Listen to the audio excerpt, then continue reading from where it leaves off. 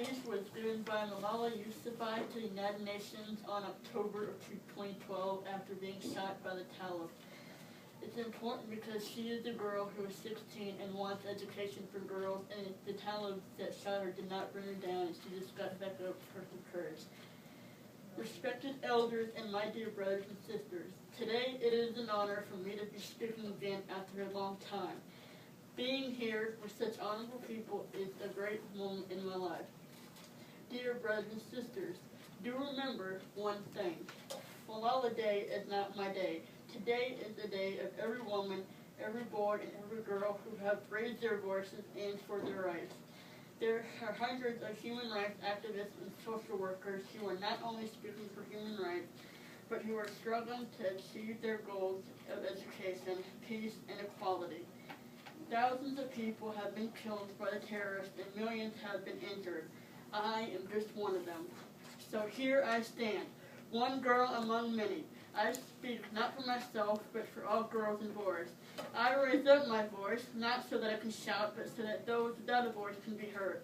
Those who have fought for their rights, their right to live in peace, their right to be treated with dignity, their right to the right to equality of opportunity, and their right to be educated. Dear friends, on the 9th of October of 2012, the Taliban shot me on the left side of my forehead. They shot my friends too.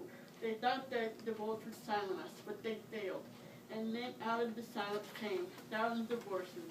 The terrorists thought that they would change our aims and stop our ambitions, but nothing's changed in my life except this. Weakness, fear, and hopelessness died. Strength, power, and courage was born. Dear sisters and brothers, I am not against anyone, neither am I here to speak in terms of personal revenge against the Taliban or any other terrorist group. I am here to speak up for the rights of education for every child. I want education for the sons and the daughters of all the extremists, especially the Taliban. I do not even hate the Taliban who shot me. Even if there was a gun in my hand and he stood right in front of me, I would not shoot him. This is the compassion that I have learned from Muhammad, the Prophet of Mercy, Jesus Christ, and the Lord Buddha. This is the legacy of change that I have inherited from Martin Luther King, Nelson Mandela, and Muhammad Ali Jinnah. This is the philosophy of nonviolence that I have learned from Gandhi, Fatah Khan, and Mother Clarrisa, and this is the forgiveness that I have learned from my mother and father. This is what my soul is telling me. Be peaceful and love everyone. The wise saying, the pen is mightier than the sword, was true. The extremists are afraid of books and pens. The power of education frightens them.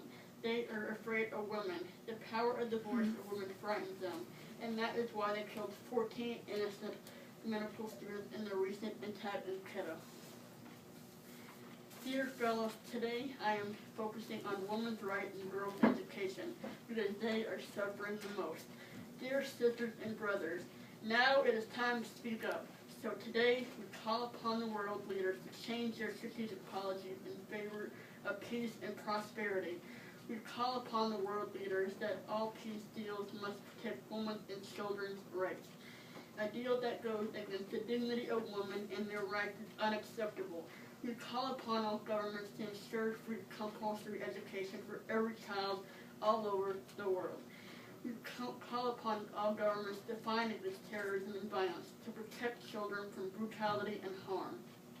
We call upon the developed nations to support the expansion of educational opportunities for girls in the developing world.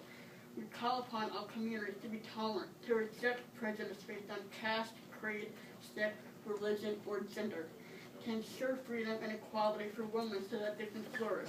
We cannot all succeed when half of us are all held back.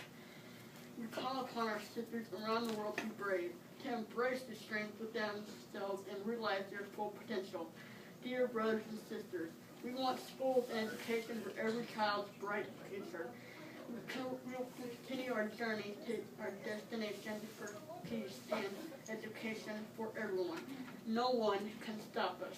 We will speak for our rights and we will bring change through our voice. We must believe in the power and the strength of our words. Our words can change the world. Dear because we are all here all together, united for the cause of education, And if we want to achieve our goals, let us empower ourselves with the weapon of knowledge, and let us shield ourselves with unity and togetherness. Dear brothers and sisters, we must not forget that millions of people are suffering from poverty, injustice, and ignorance. We must not forget that our sisters and brothers are waiting for a bright, peaceful future. So let us wage a global struggle against literacy, poverty, and terrorism, and let us pick up our books and pens. They are our most powerful weapons. One child, one teacher, one pen, and one book can change the world. Education is the only solution. Education first. Excellent job.